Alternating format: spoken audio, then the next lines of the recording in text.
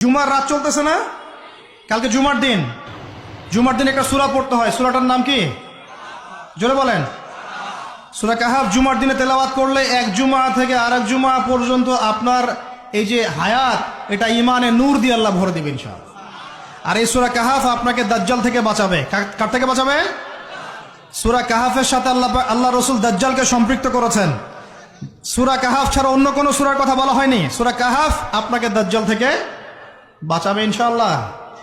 এই সূরার মধ্যেই আছে হকের সংজ্ঞা। কিসের সংজ্ঞা?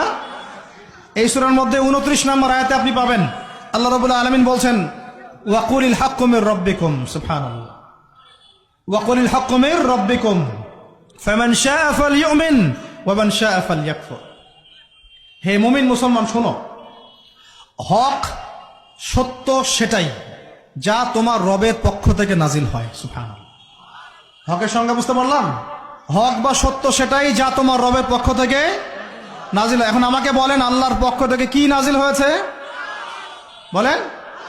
আচ্ছা, যখন তাওরাত নাজিল হয়েছিল ওটা কি হক ছিল না বাতিল ছিল?